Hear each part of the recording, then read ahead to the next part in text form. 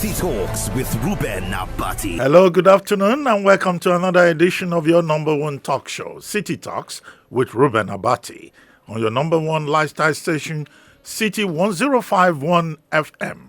On this show, we talk about stories of political and human interest that affect us all as Nigerian citizens and as members of a global human community. Today, we'll be discussing Nnamdi Kanu's rearrest, Sunday Igboho, and the Petroleum Industry Bill, which was passed this week by the House of Representatives and the Committee of the Whole, involving also the Senate. And to guide us through all of these issues, we have a special guest. His name is Reno Omokri, lawyer and human rights activist and former special assistant social media to former President Goodluck Jonathan. Reno Omokri is a Nigerian human rights activist and lawyer. He was the host of Transformation with Reno Omokri, a Christian teaching television show broadcast on San Francisco's KTLN and Detroit's Impact Network. As a special assistant to President Goodluck Jonathan, he was noted for using the social media to conduct surveys and to project developments and achievements of the Nigerian government. Since May 29, 2015, Reno Omokri has become known as one of the main opposition forces in Nigeria, and he has had several run-ins with the current government in power. He has also been an advocate for restoring the moral fabric of society and other values. During Nigeria's 2019 general elections, Reno Omokri initiated a program he tagged #Buses for Democracy, which provided free transportation to voters to take them to polling units, irrespective of who they intended to vote for. Reno Omokri is the founder of the Free Leah Sharibu movement, which is a media campaign advocating for the freedom of Leah Sharibu, a Christian who was kidnapped by the Boko Haram on February 19, 2018. Reno Omokri was honored with the Humanitarian of the Year award at the Hollywood Weekly Magazine Film Festival at Warner Brothers Studio in Burbank, California, for his work on the Free Leah Sharibu campaign. If you want to be part of this conversation, you can call us on 0700-1051-1051, or you can leave comments on WhatsApp 090-991-64403, and on our social media accounts at City 1051 on Zoom and Facebook. Thank you very much for joining us. On behalf of all our listeners, we welcome you to the program. Now, very quickly, Reno, today is a day of interest in Nigeria. There is supposed to be a rally at the Freedom Park in Ojota today. Rally led by Ilana Omo and Professor Banja Akintoye and Sunday Igboho, Chief Sunday Adeyemo, popularly known as Igboho Usha. But ahead of that, there was an incident involving him and the Department of State Services that stormed his residence between the hours of 1 a.m. and 4 a.m. 2 days ago. And the DSS, as it is popularly known, has declared him wanted. And that rally today, the proposed venue has been taken over by security agents with the Commissioner for Police in Lagos, Akim Odumusu, saying before now that rally would not be allowed. Now, so let's start with that. I noticed that on your Facebook page, you describe Chief Sunday Adeyemo as a hero. But the Nigerian state, the Nigerian government, seems to think otherwise. Your take on this? Well, Sunday Igboho is a hero, and he's not done anything illegal. Article 51 of the United Nations Charter grants individuals and states the right to self-defense, and that's what Sunday Igboho has done. If you put it, you can put it this way. Muhammadu Buhari has done more for Boko Haram than Sunday Igboho has done for the Yorubas. If you recall, on June 3rd, 2013, Muhammadu Buhari described the military offensive against Boko Haram as anti-North. And then he went into a tirade. This was an interview he granted. He went into a tirade saying that why Boko Haram not being treated like Niger Delta militants, that they should be given training, they should be given stipends, they should be sent abroad, they should be treated in the same way as Niger Delta militants. He did that. Now, we know that Niger Delta militants were not trying to impose their religion or their way of life on anybody. They were fighting for their own God-given resources and their rights that were being taken from them by the Nigerian states.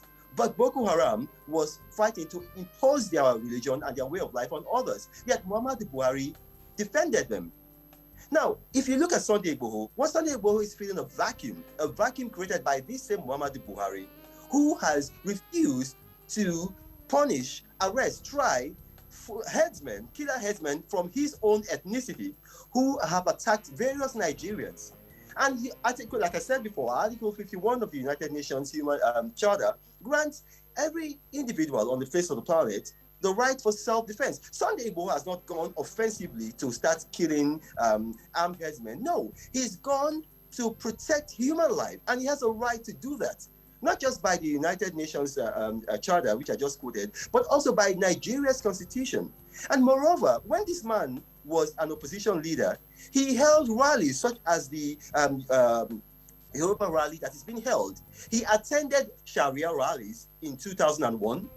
And then even in 2001, he said, and I'm quoting, that I will continue to show openly and within me total commitment to the Sharia movement that is now sweeping all around the country. The Sharia movement was sectional. They held a rally. Muhammadu Buhari attended that rally. President Obasanjo did not stop him from attending that rally. So what is he doing right now? The rally that Sunday Igboho and then the professor wanted to hold was not a rally for violence or calling for anything. They held, this is a rally that the Nigerian constitution guarantees them a right to freedom of association. So what this government is doing is they are being dictated. They are just, it's a fascist government, number one. You know, they are pretending to be Democrats. They are not Democrats. Muhammadu Buhari, I mean, I'll give you an example. About 3 days ago, you had a bandit on Punch. Punch newspapers, they had a video of this bandit, and it's still there. You can watch it. The man did not hide his face. He was, open face, and he was boasting about the amount of soldiers and policemen that he has killed. Nothing has been done to him. The bandits who abducted children from Kagara, nothing has been done to them. The ones who abducted children from FGC Yauri in Kebbi State, nothing has been done to them. You have bandits who have been posing for pictures with Governor Masari of Katsina State, the president's own state. Nothing has been done to them.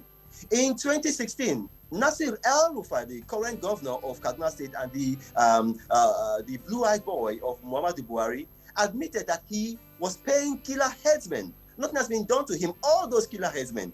So why has this administration moved against Sunday Adeyemo, otherwise known as Igboho? Why? Is it because they have a vested interest in protecting people of their own ethnicity, who the Fulani headsmen? Well, Reno, if I may come in here, two quick, observations. One, yes, you're right, self-determination. It's a basic right, internationally recognized in all the covenants. Article 1 of the UN Charter says that, yes, self-determination is legitimate. People have a right to determine their own destiny. But in this particular case, Chief Sunday Adeyemo is leading a movement, a group, or a tendency that says, look, Nigeria should disintegrate. A Yoruba nation should emerge. Now, should the president just fold his arms and encourage separatists and secessionists when the preamble to the Nigerian constitution says that we the people are people under an indissoluble entity called Nigeria? That's the first leg. The second leg of it is the issue you brought up, saying, okay, the political point that others have expressed, they have raised about, the president is going after Sunday Igboho, he's going after Nnamdi Kanu, and he's not going after people in the north. But you know the way, criminal jurisprudence is. Under criminal law, this other man did exactly what I'm doing. You have not gone after him. That's not a defense.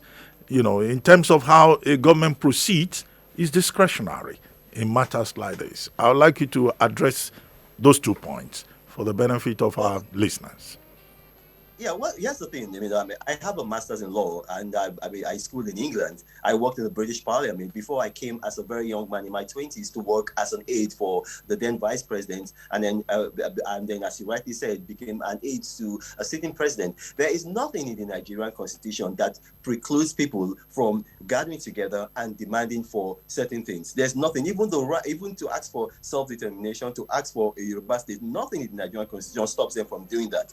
The Nigerian constitution gives absolute freedom of association. Now, the freedom of association must not lead to a crime. What Sunday Igboho is doing is not a crime. If you come together, you meet together, and you say, oh, you want a country. As long as you're doing it peacefully, there is no crime there. As a matter of fact, Muhammadu Buhari himself, in 1966, he joined northern soldiers who were asking for... Reno, can you call that name with some respect? President Muhammadu Buhari. You are mentioning that name with so much familiarity. He's President Muhammadu Buhari.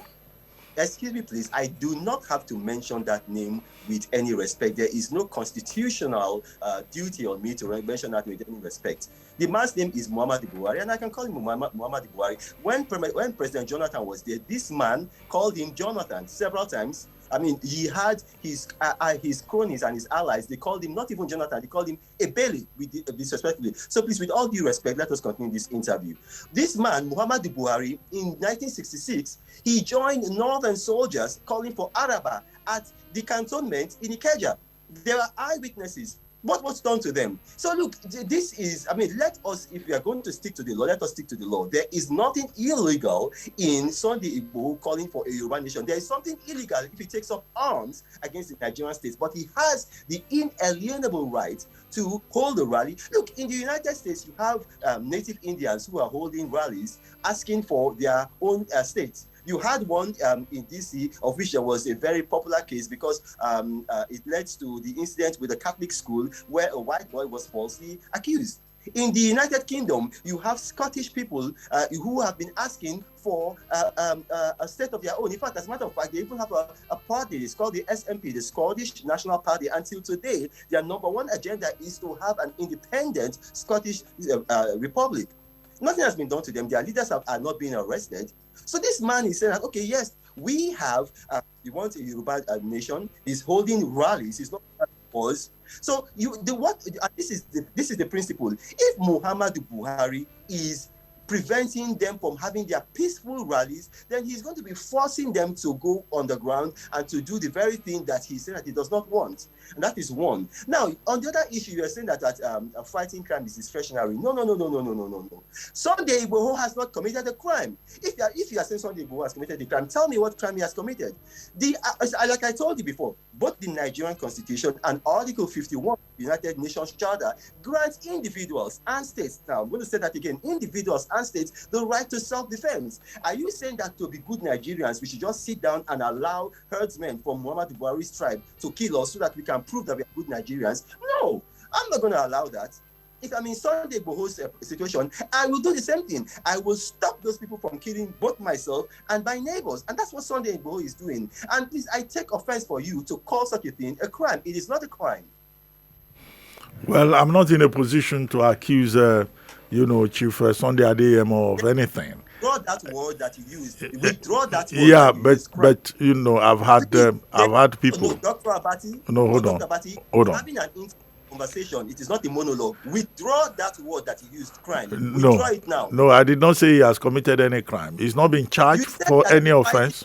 No, I said in criminal jurisprudence, the argument that people are putting across in the case of Nnamdi Kanu and Sunday Igboho is that, look, you are targeting people from the south. You have not accused anybody of any kind of crime from the north. And I was saying that, look, that cannot be a defense in any circumstance in this particular case. But that leads me to my next question. We must go back to, Dr. Abati, we must go back to this. We were talking about Sunday Igboho. And then if we are talking about Sunday Igboho and then you are talking about criminal jurisprudence, that means that... Just wait. People are saying, look, the state, through the Department of State Services, invited Chief Sunday Igboho, right? So they claim. And then, just wait. So they claim, but is the state in a position to ask somebody to say, okay, come and have a conversation with us? And can a citizen in a country say that no government can invite me for a conversation? Because these are some of the issues that have been thrown up. And you are here, to help us shed light on some of these issues. I'm not in a position to accuse anybody. I'm not the Nigerian government. My Okay, job is just to generate conversation around the issues. okay. So now, while we are here, I want you to agree with me that Sunday Igboho has no. Sunday Igboho is not a criminal, so there is no point in talking about criminal jurisprudence. That has been established. Now, the Nigerian state, as a matter of fact, I believe that the Nigerian state has the power to summon anybody. I believe that the Nigerian state has the power to summon anybody, and I agree with that. However, what Sunday Igboho said is that he has not been summoned, that they've not communicated with him either in writing or in any other form to summon him, and that if they had, he would have gone, but they did not, and they just invaded his premises. And he said when they invaded his premises, they planted weapons. Now, you have seen that Sunday Igboho, look at the utterances that he's been making. He has not been making illegal utterances. We have in this administration a minister of government, Issa Pantami, who said on video, the video is there, your viewers can watch it, where he said that he derives joy. He is happy when non-Muslims, unbelievers are killed. I am a non-Muslim. You are a non-Muslim. A lot of the people watching this are non-Muslims. This man said he derives joy, J-O-Y, joy, happiness. The dictionary defines joy as extreme state of happiness when non-Muslims are killed. This man is there as a minister. Nothing has been done to him. Sheikh Gumi went and for a meeting with bandits, and he told them, it was also on video. I released that video where he was saying that the people, it was a lie, by the way. He was telling the bandits that the soldiers who kill you are Christian soldiers. Are Christian soldiers instigating these bandits against Christian soldiers who are fighting for this country, who are putting their lives at stake, staying in the forest. The man has not even been invited by the DSS. He has not been arrested. This is a man who has committed an obvious crime, because that is a crime when you are inciting and instigating criminal elements against your state. That is a crime of treason. That is a crime of providing aid and comfort to the enemy. This man has not been arrested. He has not been invited. Yet you are telling me that a man who, like Sunday Igboho, who is defending, and I use that word, defending, not attacking, not offending, but defending people, as the United Nations Charter and the Nigerian Constitution provides. You want to now go commando style and arrest this man, possibly assassinate him? No, that is injustice, and I will not stand for that. Well, myself on television criticized the method adopted by the Department of State Services, and I've raised many questions about the method adopted by the Department of State Services. I did that maybe just 2 days ago, or was it yesterday morning on television, because I was myself shocked that people were killed, vehicles were destroyed, even cats were not spared, even wives were not spared, although we have been told that the wives have been released somewhere in Akure. And I had asked the Department of State Services to provide explanation for the kind of Gestapo-style invasion of the home of Chief Sunday Igboho. But now, since then, we've been told that, Chief Sunday Igboho has been now been invited by the Department of State Services to come see them. What advice will you give? Well, I mean, you have a body who had come in that manner, attacked his home and killed people, and now they are inviting him. I mean, like I said, this is the Nigerian state. They do have the power to summon. I would say that he should go with a crowd of his supporters, and people who believe in what he's doing. We're going to be watching. In that kind of situation, they cannot kill him. He should go, after this rally, because he has the right to have his rally. The rally is still going on, because I understand that soldiers, or rather, not soldiers, policemen have filled up the venue. He should go, he should go with a crowd of his supporters. I remember that a friend of mine, Apostle Suleiman, was also invited. He called me and I encouraged him. I said, go, but don't go alone. Go with a crowd of people, go with the media, so that, like nothing, they cannot say that something happened that did not happen. So I'll encourage him to honor the invitation. I'm a law-abiding citizen. But what I'm saying is this. Look, you talked about in criminal jurisprudence that the state has discretionary powers. Does it mean that the state only uses its discretionary powers on southerners? What about people like Sheikh Gumi? What about people like that? I told you that on Punch, this is Punch. Punch was able to get this bandit. He was bold-faced, boasting about the number of soldiers and policemen that he has killed. What has happened to them? This administration, you have Boko Haram's terrorists who are being educated, who are being paid stipends by the Muhammadu Buhari administration. As a matter of fact, in 2019, when all schools in Nigeria were on strike, this administration held a graduation party for Boko Haram terrorists. In that graduation party, they bought clothes for them, they bought socks for them, they bought shoes for them, they had refreshments.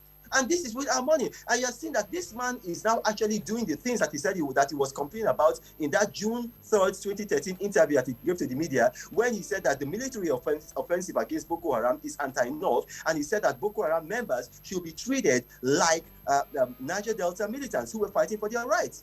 Look, I'm asking you this question. I know you're interviewing me. What has this administration done against bandits or against Boko Haram? Shekau that was killed was not killed by this administration. He was killed because there was an infighting within Boko Haram. How many bandits have been arrested and then tried and prosecuted? Not one. The last time a Boko Haram member was arrested, tried and prosecuted was Kebiru Sokoto in 2013. It has not happened under this administration. Rather, look, in 2019, there was a xenophobic incident in South Africa. Nigerians were trapped in South Africa. They were stranded in South Africa. This administration refused to send a jet to evacuate them. Other nations sent jets to evacuate them. It took a private citizen, Alex Onyema, to send a jet, and it took Apostle Suleiman to send money to others who could not come by that jet. Yet, this government sent a jet to Niger Republic to repatriate Boko Haram members and their wives to Nigeria in style. Is this government in bed with these people? Are they colluding with these people? That's my question to you. Well, unfortunately, you are the interviewee. I'm the interviewer, and I don't intend to turn the tables. But I'm sure our listeners are listening very carefully to you. Our purpose is just to throw up these topical issues and get the insights of a concerned citizen like you. But very quickly, let's move on from Chief Sunday Adeyemo and talk about what happened again this week. The interception, and I'm using that word advisedly, or the rearrest of the leader of the indigenous peoples of Biafra, Nnamdi Kanu.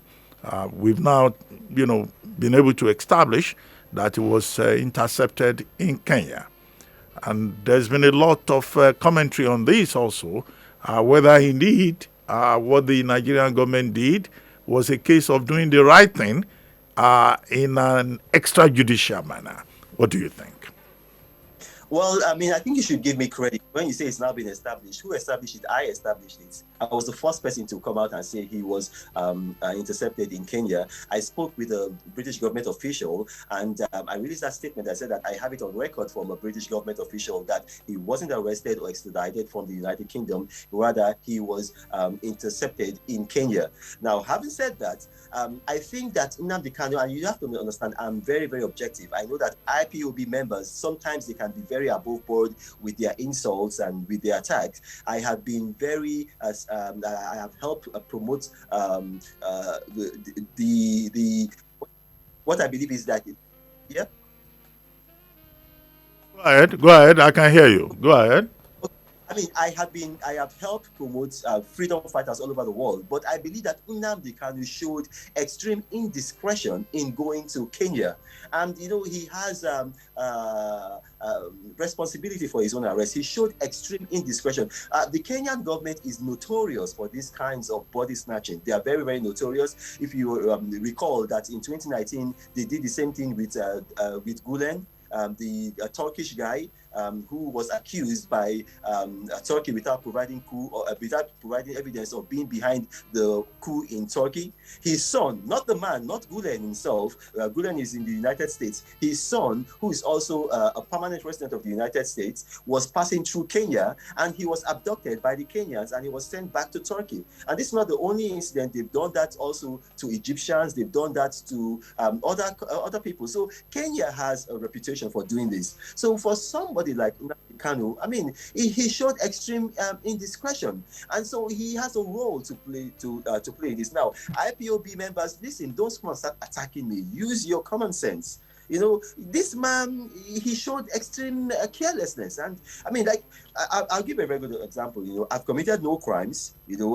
I've committed no crimes, but I do know that Muhammad Buhari will be very, very happy to get me. As a matter of fact, my younger brother, who looks exactly like me, when my book became a #1 bestseller, my brother was arrested at Nnamdi Azikiwe International Airport in Abuja. So I'm very, very careful. In 2019, I traveled to 39 different countries, but I was very, very, I used discretion in the kind type of countries that I visited.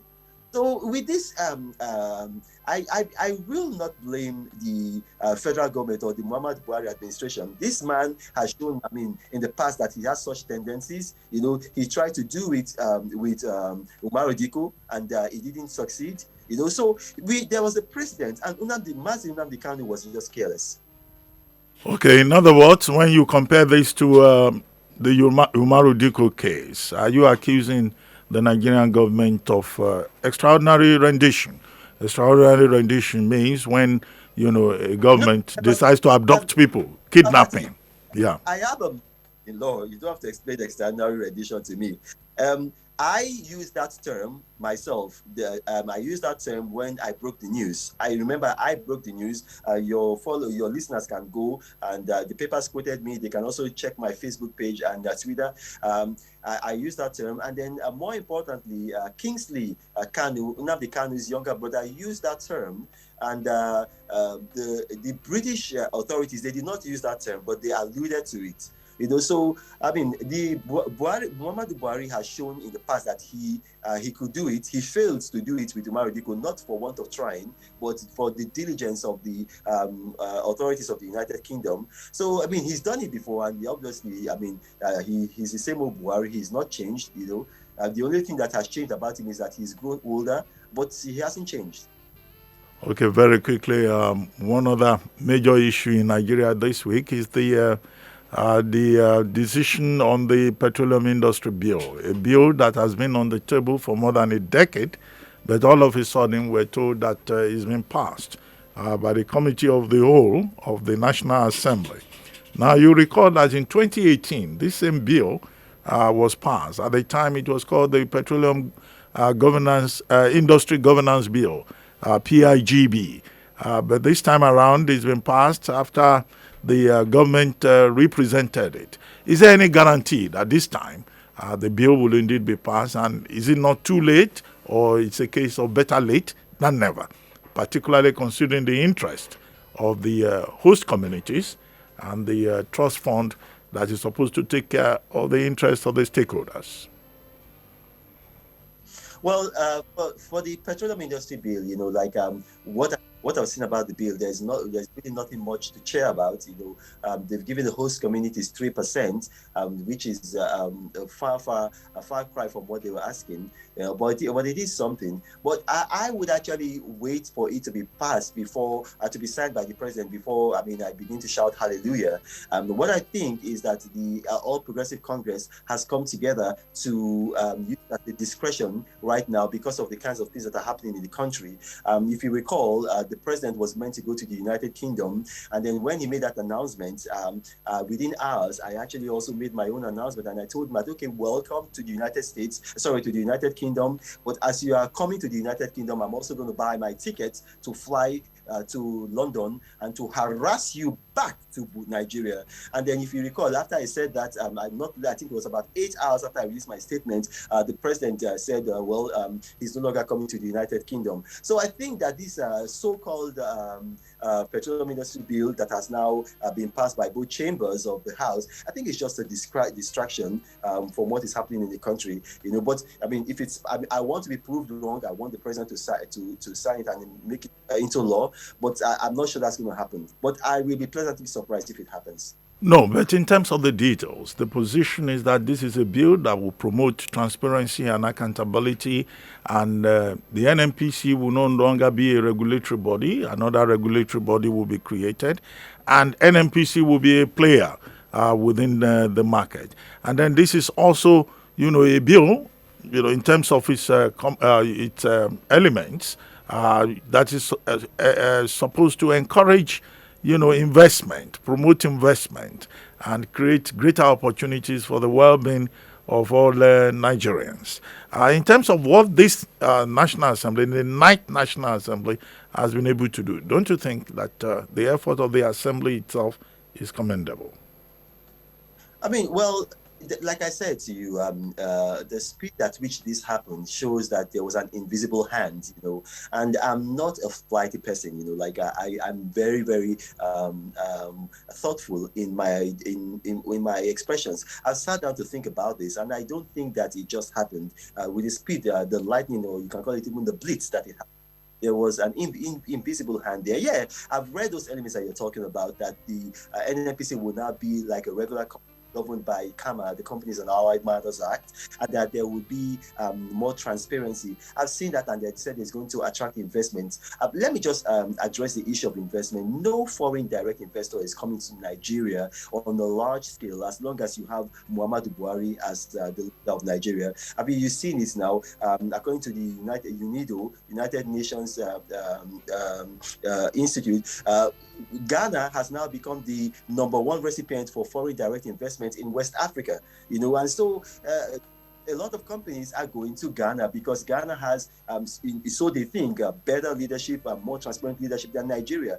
Just 3 days ago, Toyota was opened in Ghana to manufacture vehicles for sale in Nigeria and other countries. Twitter went to Ghana. Google AI, that is artificial intelligence, went to Ghana. Not just that, even companies that had been in Nigeria for a long time, like people like Michelin and others, have and gone to Ghana. So you see, when you're talking about investments coming to Nigeria, it's not regulations that are going to bring in investments, especially when you have an administration that is known to have gone against its own regulations. No, what you need for investments, you need a climate whereby the rule of law exists. And in this administration, the rule of law does not exist. You have a situation whereby this administration has used its own powers in ways to stop freedom of association, in ways to tamper with the judiciary. We saw what they did, Walter. So there is not going to be any kind of investments coming into Nigeria. As a matter of fact, what you're going to have coming is going to be capital flight. And that's why our foreign reserves are depleting. They are now at their lowest level. They are depleting. And that's why the Naira is losing value. So, I mean, except you have an administration that respects the rule of law, you can pass all the bills as much as you want to and sign them into law, you're not going to get investments. Okay, Reno Omokri, we'll need to take a short break. We'll take that short break. When we return, I'm sure that many of our listeners and also those who joined us on Zoom and other platforms would have their own opinions. They would like to ask you questions so that this is not a one-way conversation. City Talks with Reuben Abati. Welcome back from that commercial break. And for those of you who are just tuning in, welcome to City Talks with Reuben Abati on your #1 lifestyle station, City 1051 FM. I am, and I remain your host, Reuben Abati, and today we're discussing the rearrest of Nnamdi Kanu, leader of IPOB, and then the attack on the residence of Chief Sunday Adeyemo, popularly known as Sunday Igboho Shah, and the PIB, the Petroleum Industry Bill. And our guest today is Reno Omokri, lawyer and human rights activist, former special assistant to former President Goodluck Ebele Jonathan.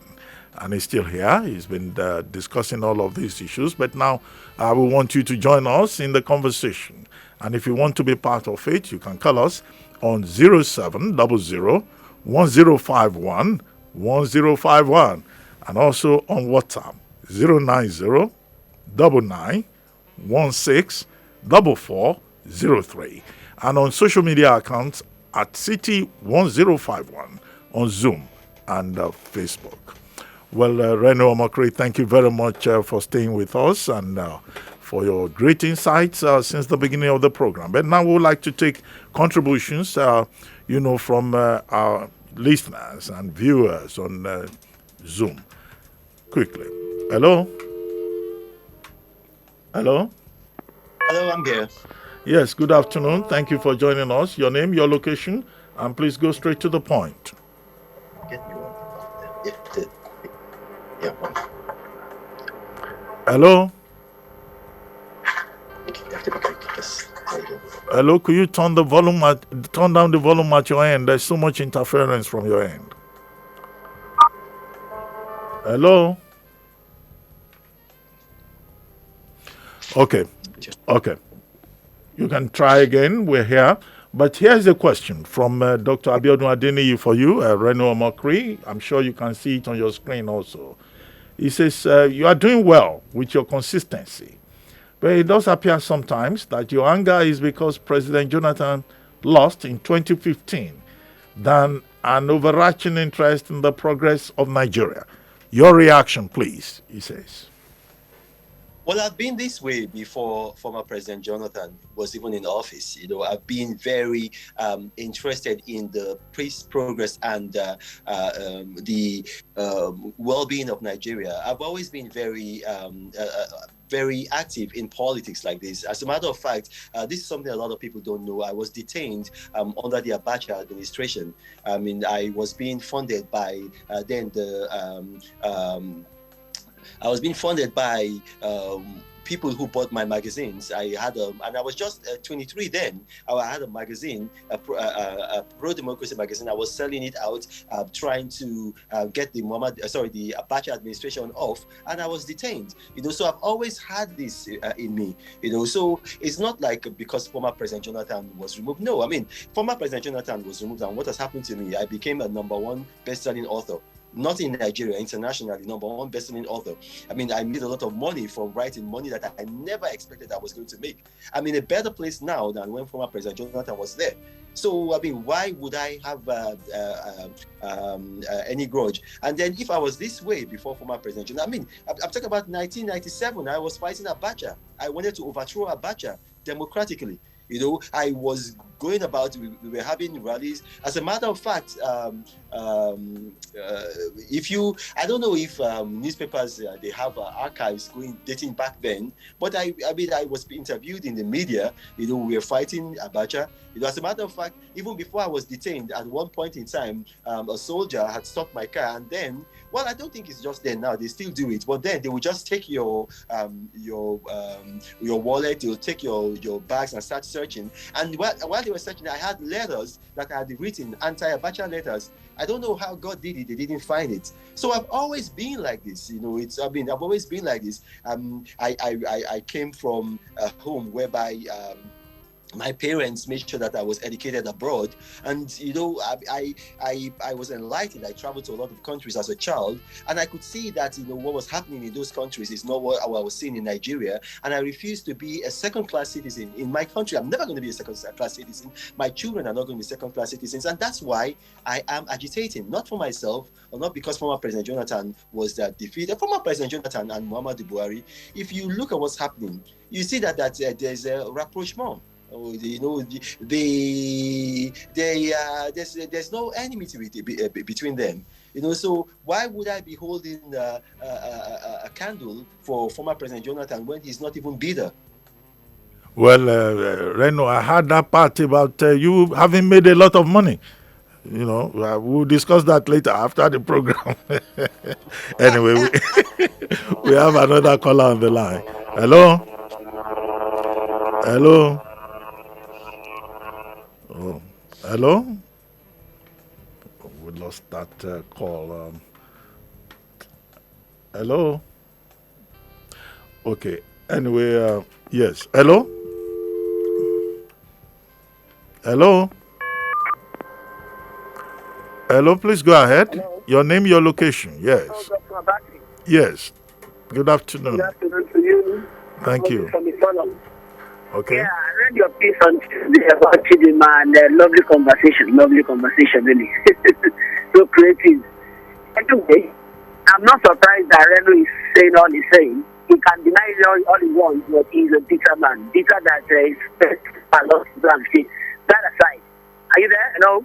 Yes, I'm with you. Please go ahead. Yeah, as I was saying, Sheikh Gumi does not deserve Buhari's attention. Gumi knew how he left the army in 1984, so all he's doing is just to get some attention, but the government is too busy. He's a phantom, he's not real. As for the so many videos they put on air, look, there is no sane government that will be on seat. I remember when I did one, they said something like, we are not only in government, we're in power. A true government must show that is in charge. You can't allow brigands like Kanu and Igboho threatening the corporate executive of the state. I think they will lie low. Nobody does that. Nobody does that. Let them face the full wrath of the law. They've threatened the corporate executive of the country. So let them face the law in the full strength. They can afford to their own greed and their principle. Set the entire country on fire. The last people we had, millions of lives were needlessly lost. So who opened his eyes and allowed that to happen again? All because of some bad Peter, like Reno over there. Thank you, Abati. Bye. Yes, thank you very much. Well, Reno, I'm sure you had that caller very well. He says you are bitter, and he had a lot more to say about people who should face the full wrath of the law. Any comment? Well, when you're having a program like this, obviously you should know that the DSS, they are going to have agents on standby and to try to alter public opinion. So it's very likely that such a fellow, is one of those. But I'd like to ask you a question. He talks about with such bitterness, you saw the way he was talking about people who are threats to Nigeria. Who is a greater threat to Nigeria right now than Boko Haram? Yeah, this administration sent jets to repatriate Boko Haram from Niger Republic back to Nigeria. They have Boko Haram who they are training, who they are giving stipends to. And at least one of them that they released went back to Boko Haram and killed so many people. Now, there are others. I had a conversation with Senator Ali Undume, who gave me names of so-called rehabilitated Boko Haram members who came out from the rehabilitation camp, went back to the communities and continued with their old ways. As a matter of fact, one of them in his community killed his father after Buhari's so-called rehabilitation. So if this man, this obvious agent of the state is coming and say, okay, well, everybody who is a threat to Nigeria, that the government should come down hard on. So how come that Boko Haram elements are being rehabilitated today? How come that when Muhammadu Buhari was in Katsina, when the Kankara boys were abducted, that the governor of Katsina and Jigawa State were having negotiations with bandits? As a matter of fact, if you recall, exactly 3 months ago, this administration released a statement appealing. You can Google it. If your people who are listening to me, they can research it. I did in facts. I don't do speculation. They released a statement appealing to bandits to stop. So why are they not appealing to Sunday Igboho? Is it because Sunday Igboho is Yoruba and the bandits are from the same ethnicity with Muhammadu Buhari? So this is they said that IBB said we are not just in government, we are also in power. Okay, why hasn't that power been shown with bandits, with Boko Haram? Why hasn't that power been shown with them? Why is it only exclusively shown to people, Southerners like Sunday Igboho and others? So when you deal in facts, you're going to have people who will come and bring emotions. Yeah, the thing is a man with the facts does not argue with a man with emotions. Thank you. Well, very quickly, there's somebody here. I think the name is Liz. Says, although President Buhari may not be good enough, but it is important to note that it will be difficult for the Nigerian system to work with the present structure we have on ground. So, even if you have another administration, there will be little hope for progress. Nigeria is a poor country, and our greatest problem is revenue generation. What can we do to improve on this aspect? I think the name is Liz. Yeah. Yes. Well, that's a factually incorrect premise. When you say there's nothing that you can do or little, I think that's the word that she used, little. I'll give you a very good example. Under former President Olusegun Obasanjo, our economy grew by 6.7%. 6.7%. There was a year when it grew by 12%, and then even I just feel that the World Bank was wrong, that it's not possible for an economy to grow by 12%. But they actually said one particular year, I believe it was 2003 or 2004, where the economy grew by 12%. I still doubt those figures, but the economy was growing. And under former President Olusegun Obasanjo, you have to recall that at a time when oil was $19 per barrel in 2003, he paid off our entire foreign debt. He paid off our entire, everything. He paid off our entire foreign debt.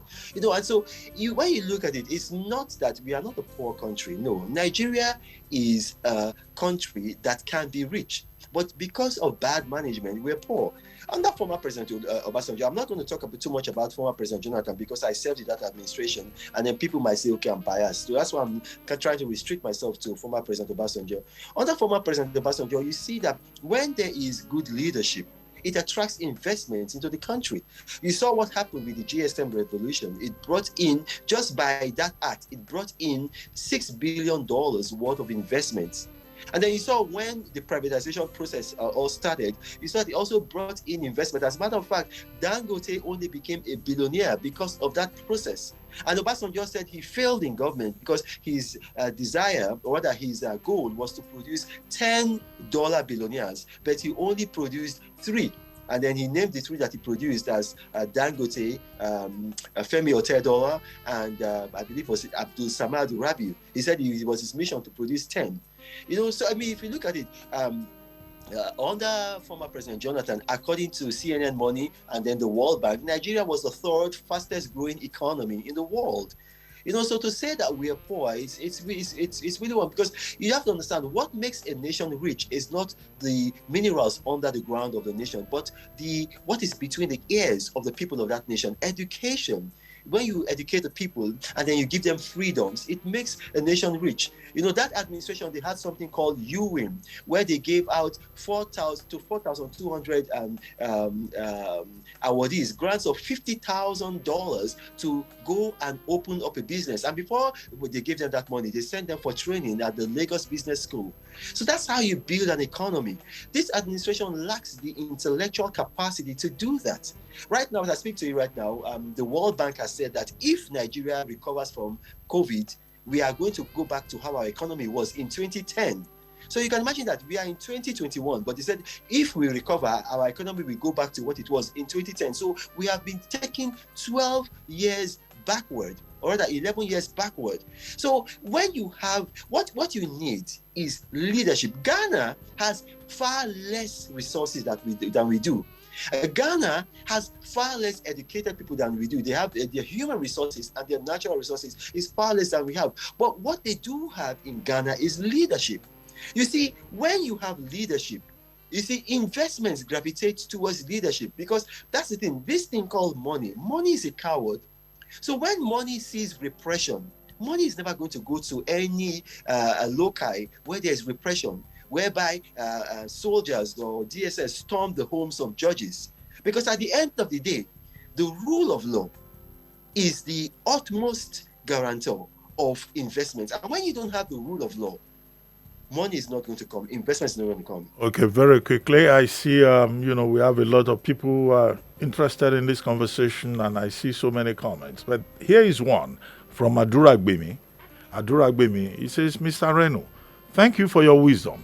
Do you think Nigeria will be better together or separated? Your sincere thoughts. That's his question. You can see it also on your screen. His name is Aduragbemi. Yes. Yes. Well, my sincere thoughts, personally, I believe that if Nigeria had broken off in 1966, after the January 15 Nzego coup, if the Eastern region had been allowed to go and the Western region had been allowed to go, by now they would have been far more advanced than they are today. I mean, I'll give you an example. The Western region, which has now been reduced to the Southwest, their adult literacy rate is actually higher than the adult literacy rate of the Czech Republic or Yugoslavia. And I've been to those countries. They have a higher adult literacy rate than those nations. I mean, you talk about the Southwest, you talk about, I'll give you a very good example. Look at when Bola Tinubu was governor of Lagos. Now, Bola Tinubu had ideas to give Lagos uninterrupted electricity. But because of hindrances from the federal government, he was not able to do that. And then the barges that he brought from the Philippines that were going to be generating electricity that would have powered the whole of Lagos, they had to go back because of challenges with the federal government. And then so you see what the core North wants, represented by someone like Muhammadu Buhari, is at times at cross purposes with what the more progressive peoples in the southeast and the southwest want. And so you begin to see that Nigeria, a lot of times, we start using our energies to fight each other. And that's why we are not able to progress. You can't have a lot of all these people telling you that we believe in one Nigeria. They don't really believe in one Nigeria. They believe in one oil. There's a lot of oil in one part of Nigeria. And to have access to that oil, they've got to pretend to be with one Nigeria.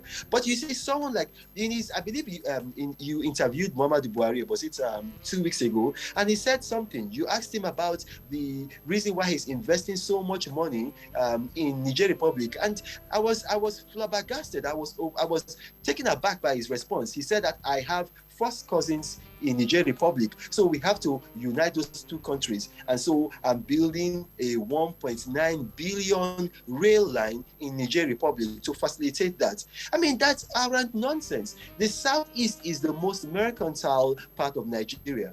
The most mercantile part of Nigeria. They have not even invested 10% of that in building railways there. And then now we are taking loans from China to go and build investments in Niger Republic. You know, the lines of Nigeria were not drawn by Nigerians. It was drawn by Europeans at the Berlin conference, headed by Otto von Bismarck. And so they just drew lines. So you begin to see that Muhammadu Buhari has more in common with Niger Republic. And this is not the first time we've seen that. In 1985, 3 months before he was overthrown by the Babangida regime, he was at the Organization for African Unity, then it was called OAU, and he voted for a Fulani man from Niger Republic against an Igbo man from Nigeria. And that was the first time in international relations where you have a president voting for his tribe against his country. So we begin to see that if the western region and then the eastern region, if they had broken off, they would have progressed more than this. I don't think that it is too late. I can say, okay, yes, Nigeria can stay together if we have some kind of laws like what was prescribed by the Willings Commission of 1957 to protect minority groups. But if you recall, as soon as the First Republic came into being, you know, the NPC government then just threw that commission report into the dustbin. The only reason why the Midwest was created in 1965 is because the NPC government wanted to weaken Awolowo. And so they created that as a way to weaken Awolowo. They were in cahoots with certain people who I just don't want to mention. So they created that. So, I mean, except I'm going to lie because maybe I have political ambitions. But I don't have political ambitions, and I'm independently successful. So because I'm financially successful, I can say the truth. The Southwest would have been the most progressive part of Nigeria. They probably in Africa if they had been allowed to go. The Southeast would not have been far behind. You know, I mean, if you recall, during the Biafran War, or what they call the Nigerian Civil War, the Igbos were producing their own weapons. They were producing. They had a blockade for 30 months. They were producing their own petrol. Reno, yeah. We have just a few, seconds to go, but I would like to take this caller on the line who has been very persistent. And maybe I keep telling you after this program, we discuss this financial success you keep referring to. I know you do hashtag Reno Nuggets, but you speak about financial success with so much confidence. You need to share some of the secrets. Anyway, who is on the line? Thank you for joining us. Hello? Hello? Uh-oh. Hello? Hello. Yes, good afternoon. Please go ahead very quickly. We're about to wrap up. Yeah. And good afternoon to your guest. Omokri is our guest. Reno Omokri. Yeah, Reno, good afternoon. Mr. Darlington speaking. Mr. Darlington, please go ahead. Right. You see, the greatest undoing of Nigerians and those who supported Buhari is to have given him so much leeway. The privileges they gave Buhari, they never gave half of it to Jonathan. Jonathan was criticized at that time from day one in office. But you saw what happened when Buhari came into office. Nobody said anything against him. Even when he wanted time to create his ministers, we were waiting. 1 year, 2 years passed, 3 years passed. Until the first 4 years he went. By this time, Buhari have dug in. In fact, he has literally pocketed everybody and everything. So it is now becoming difficult to do anything against him. Those who are saying that Reno is saying it because Jonathan lost the election. Did Jonathan lose anything? He had the opportunity of going against Reuben. But Jonathan played the role of a statesman. And I don't think anybody would have done half of what Jonathan did in office. It's unfortunate. Yeah, Reuben, I think I can blame you people. You were not propagandists. You are not highlighting the Jonathan's achievement in office because he doesn't want such things. Nobody was highlighting what Jonathan did. Go and look at his transformation agenda. Everything that must in that paper is what they are using today, but they will not accept it. All the things they are using to fight corruption today, it was Jonathan's idea. Mention one thing Buhari have achieved in office. Can any of them call and tell you? I have been saying this on radio and TV. Mention it. Now, so what is the phrase? The Kano and the Son Igboho want to get rise to the agitation. If this was in office for 16 years, did we have it this far? Did we have this kind of agitation? Did we? These people don't forgot. Look, some time ago, some people were deported from Dubai. And they were said to be sponsoring Boko Haram. They brought them here. Mr. Reuben, they brought them here. Up to today, did you hear anything about them? They told us they're going to name those who are sponsoring Boko Haram. Then Ugariba told us. Up to today, did you see any name? They cannot do all those things. It's not the Kano and the Son Igboho. I pity them. What I'm happy is that this thread is falling on all of us. It's falling on all of us. Even those who are supporting this, they will say it up with, but inside they are crying. So what is the defeat? It's the heart of hypocrisy. Whether they kill him and the kind of us, the agitation will not stop. Oh. It will never stop. The era of Monty the War, Baboon the Chop is over. Let somebody hear it now. It will never stop. All this injustice, which country move forward under injustice? Mention any country that can move forward under injustice. Well, Darlington there, and he has made his point. But very quickly, Reno Omokri, we have just about a minute to go. Yes, certainly. It is wrong to say that Reuben Abati did not do anything to promote the achievements of former President Jonathan. I mean, even the Buhari administration have said it there that former President Jonathan was the most documented president. The most documented president. Books were written, films were made and disseminated. Former President Jonathan, he lost that election, and I've written about why he lost it. That was not why he lost the election. He lost the election because he was a minority, and he was propped up by majority figures, people like former President Olusegun Obasanjo, and also Tinubu supported him in 2011. And then also in the north, he had broad-based support with someone like Kwankwaso, who is a great vote getter. But after the PDP split, and then you had a new PDP, and then those people went and joined with the APC, and then former President Olusegun Obasanjo had a quarrel with him. You see, the bulwark of his support, the things that acted as a scaffolding, they had fallen, and it would have been very difficult for him to have replicated what he did in 2011, in 2015. So we have to be factual. I wish that fellow could call back and apologize to Dr. Abati. What he said was very wrong. It is not true. Well, thank you very much, Reno Omokri. I know that you have to wake up about 4 a.m. in your part of the world to be able to participate on this program. And that's really very kind of you. It shows your commitment. Hello? I actually woke up because your people told me they had to do sound checks. So I woke up 3:30 a.m. Oh, anyway, thank you very much for joining us. Well, it's all about Nigeria. And we have to keep talking about the issues that affect all of us. Thank you very much for joining us. And I want to also thank you, all of you who called in, those who listen to the program, and those who reach out to us on Zoom and Facebook. But remember, the conversation does not end here. You can still reach out to me on my social media account at Abati1990 on Instagram. And also on City1051 on all social media platforms. For those of you who tuned in late, no need to worry. You can visit YouTube page City1051 to watch the entire show. And don't forget to hit the subscribe button and leave comments. And don't forget also to tune in next week at noon for another exciting edition of City Talks. My name is Reuben Abati. City Talks with Reuben Abati.